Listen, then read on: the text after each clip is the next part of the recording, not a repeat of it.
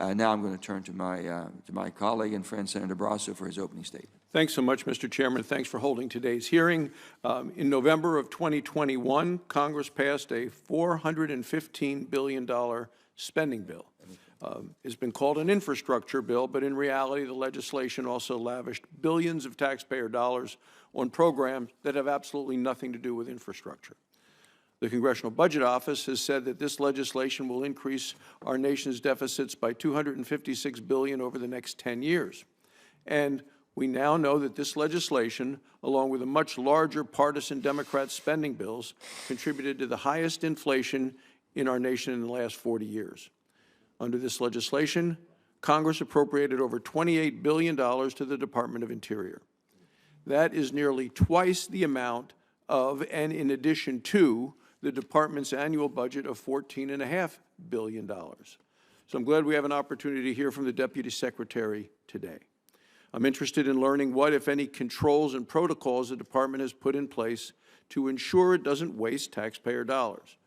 Also like to know whether the department has taken any steps to reduce the inflationary impact that this massive spending bill has on communities across the country. Annual inflation is still above 7%. Energy inflation is still above 13%. Americans are continuing to suffer from higher energy prices and higher food prices. And President Biden continues to sit on his hands. He's been in office for nearly 2 years.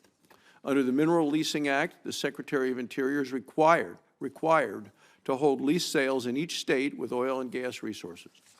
In other words, the Secretary was required to hold at least a total of 8 lease sales in each of these states over the last 2 years. Quarterly lease sales, 2 years, 8 sales. But the Secretary has held only a single lease sale in these states during that time, ignoring the law. To make matters worse, the Department has indicated that it will hold only 1 lease sale next year. Now, under the Outer Continental Shelf Lands Act, the Secretary was required to hold 3 offshore oil and gas lease sales this year. Instead, the Secretary canceled those lease sales in May, again in violation of the law. The Secretary was also required to issue a final 5-year leasing plan at the end of June. The Secretary not only missed the deadline, she has issued a draft plan that considers ending offshore oil and gas leasing altogether. It's not what the law says. So, Mr. Deputy Secretary, last year you publicly stated that your objective is to, quote, fundamentally change these programs to get us on a path to decarbonizing public lands.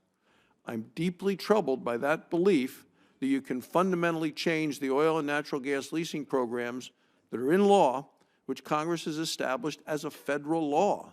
And I'm equally troubled that you think that decarbonizing public lands is a goal of these programs, because it is not. Since taking office, President Biden has gone hat in hand to some of the world's worst dictators, begging them to produce more oil. And that includes going specifically to Vladimir Putin in Russia before the invasion of Ukraine, specifically going in person to Saudi Arabia, going to Iran, gone to Venezuela. And each of these dictators have rejected his request. Meanwhile, U.S. crude oil production is still 1 million barrels a day below pre-pandemic levels. Each and every day, 1 million barrels a day production less. And the department is ignoring federal law as it tries to end oil and gas leasing on federal lands and waters. American families are hurting.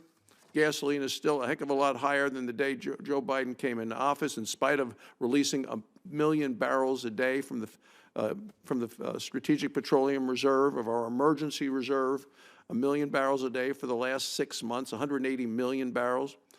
Diesel is still 76% higher than when Joe Biden took office.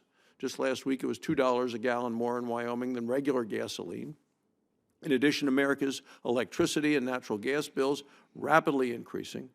The department needs to stop blocking access to America's oil and gas resources, needs to follow the law, put the interests of the American people first. Thank you, Mr. Chairman.